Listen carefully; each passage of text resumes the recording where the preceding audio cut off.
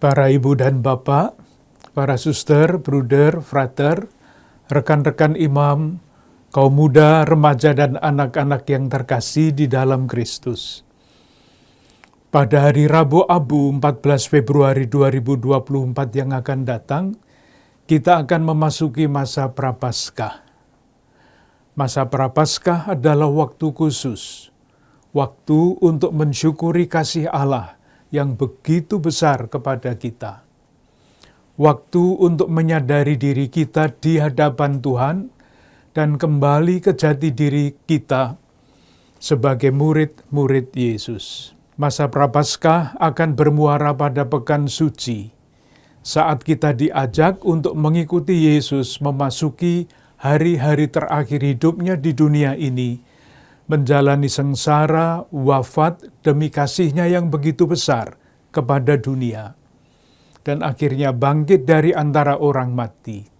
Agar kita dapat merasakan kasih Allah kepada kita dan kepada dunia, salah satu syarat yang menentukan adalah pengenalan akan jati diri kita yang benar di hadapan Tuhan. Jati diri kita yang benar itulah yang dinyatakan kepada kita dalam kutipan-kutipan kitab suci yang kita dengarkan pada hari ini. Kita adalah murid-murid Yesus Kristus, yang hatinya selalu tergerak oleh belas kasihan ketika ia melihat penderitaan orang. Kita dinasihati oleh Santo Paulus, jadilah pengikutku sama seperti aku menjadi pengikut Kristus. Itu berarti kita diajak untuk melakukan segala sesuatu, apapun itu demi kemuliaan Tuhan. Dengan demikian, warta kasih Allah akan semakin tersebar luas. Saudari-saudaraku yang terkasih, sabda Tuhan itu dapat menjadi inspirasi untuk mendalami dan mewujudkan aksi nyata semangat solidaritas dan subsidiaritas yang menjadi perhatian khusus kita sebagai umat Katolik Keuskupan Agung Jakarta pada tahun 2024 ini. Tema ini tidak dapat dipisahkan dari tema arah dasar Keuskupan Agung Jakarta tahun-tahun sebelumnya, yakni hormat terhadap martabat manusia tahun 2022 dan kesejahteraan bersama tahun 2023. Solidaritas dan subsidiaritas adalah cara bertindak untuk menciptakan kesejahteraan bersama yang dilandaskan pada rasa hormat terhadap martabat manusia yang luhur. Solidaritas adalah ikatan-ikatan yang mempersatukan semua orang dan kelompok-kelompok sosial satu sama lain. Ruang yang diberikan kepada kebebasan manusia demi perkembangan bersama, tempat semua orang berbagi dan berperan serta. Prinsip solidaritas menunjukkan sifat sosial setiap pribadi manusia, kesetaraan semua orang dalam martabat dan hak-haknya, serta jalan bersama individu-individu dan bangsa-bangsa menuju kesatuan. Santo Yohanes Paulus II menyatakan bahwa solidaritas merupakan ketetapan hati yang kokoh untuk membaktikan diri demi kesejahteraan bersama. Artinya, demi kebaikan semua orang dan setiap individu, karena kita semua bertanggung jawab untuk semua orang. Solidaritas menyiratkan keberpihakan kepada saudari-saudara kita yang miskin dan kurang beruntung lewat tindakan individu maupun inisiatif kolektif untuk menciptakan struktur sosial, politik, ekonomi yang lebih adil dan bersaudara. Sementara itu, arti dasar subsidiaritas adalah memberi bantuan. Prinsip subsidiaritas menjelaskan tugas dari tingkat yang lebih tinggi untuk membantu tingkat yang lebih rendah bila diperlukan. Prinsip ini menyatakan bahwa komunitas pada tingkat yang lebih tinggi tidak boleh mengambil alih tugas dan kewenangan komunitas pada tingkat yang lebih rendah. Prinsip subsidiaritas mengakui bahwa setiap orang bertanggung jawab dan berhak menentukan nasibnya sendiri. Hal yang sama juga berlaku untuk lembaga atau komunitas. Selama tanggung jawab mampu diemban dengan baik oleh seorang individu atau sebuah lembaga, individu atau lembaga lain pada posisi lebih tinggi tidak boleh campur tangan ataupun mengambil alih tanggung jawabnya. Prinsip ini melindungi orang dari penyalahgunaan wewenang oleh individu atau lembaga yang lebih tinggi. Subsidiaritas mewajibkan individu atau lembaga yang lebih tinggi untuk membantu individu atau lembaga di bawahnya agar dapat memenuhi hak-hak dasarnya sebagai manusia yang bermartabat. Paus Benediktus ke-16 menyatakan bahwa subsidiaritas pertama-tama adalah bantuan yang diberikan ketika individu-individu atau subjek sosial tidak mampu melakukannya sendiri. Saudari-saudaraku yang terkasih, kita bersyukur masyarakat Indonesia mempunyai sifat kedermawanan yang tinggi.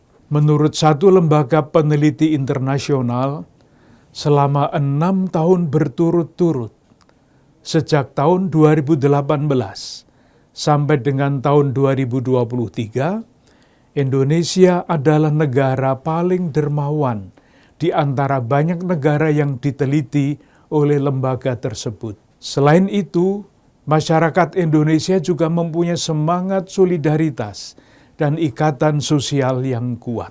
Ikatan sosial adalah kemampuan masyarakat untuk menyatu, menciptakan lingkungan yang aman, dan terjaminnya pemenuhan kebutuhan hidup bagi anggotanya.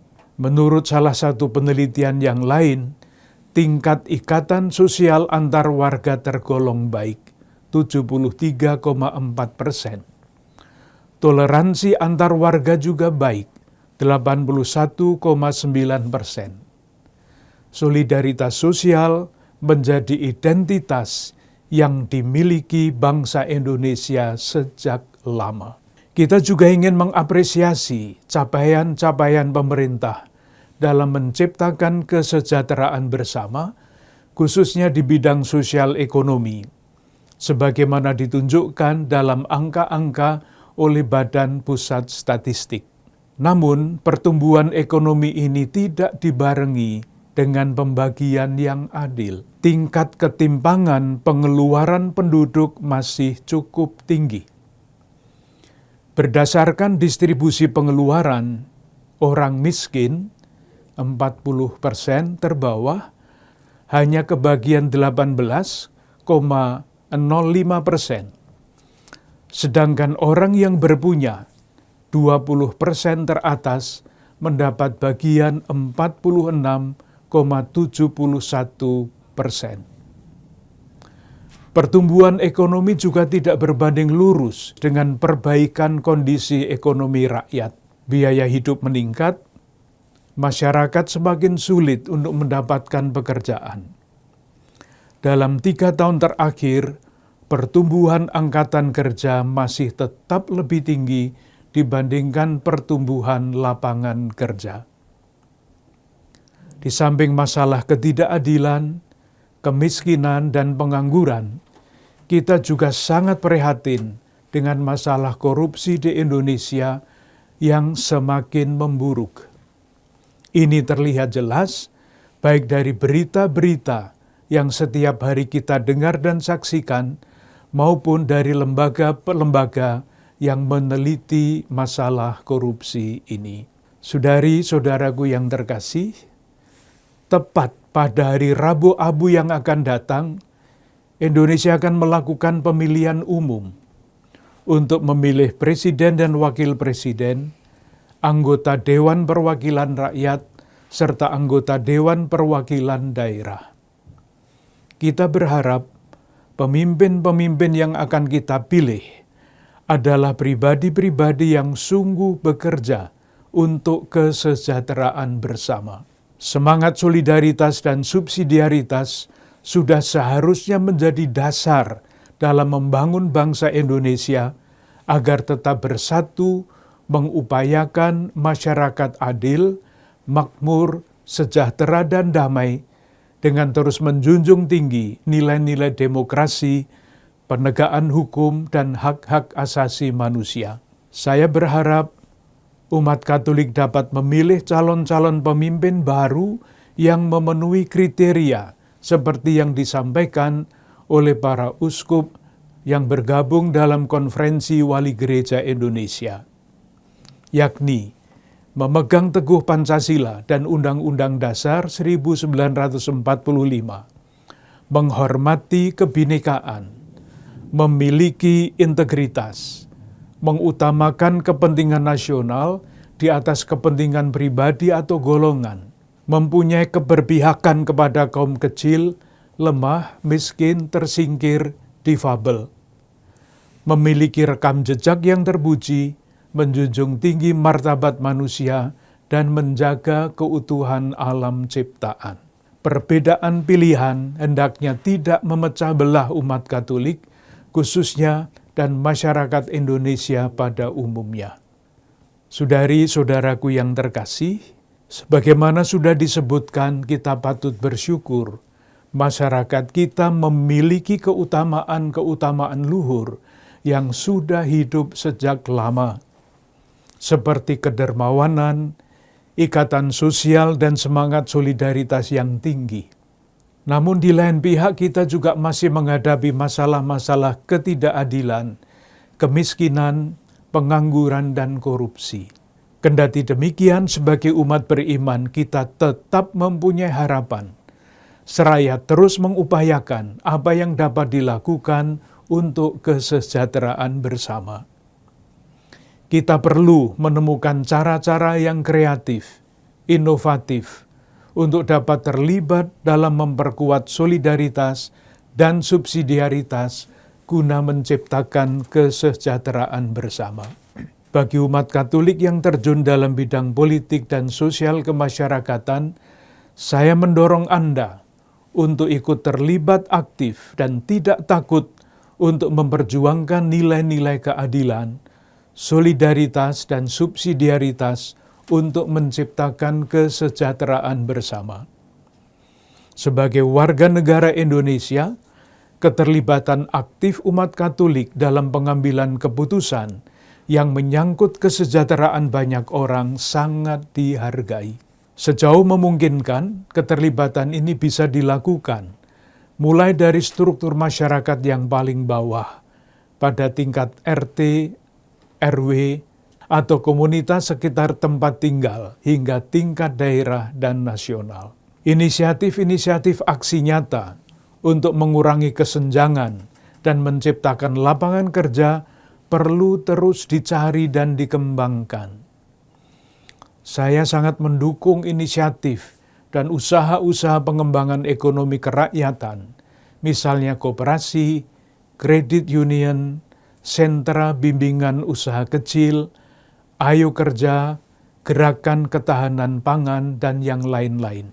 Inisiatif-inisiatif lain dapat pula dilakukan seperti edukasi kesehatan mental, konseling, partisipasi dalam pencegahan stunting, bekerja sama dengan puskesmas atau dinas kesehatan, pemberian bantuan karitatif kepada saudari-saudara kita yang sungguh-sungguh membutuhkan, dan inisiatif-inisiatif lain dengan menjawab pertanyaan, apa yang harus kita lakukan untuk memperkuat semangat solidaritas dan subsidiaritas guna menciptakan kesejahteraan bersama.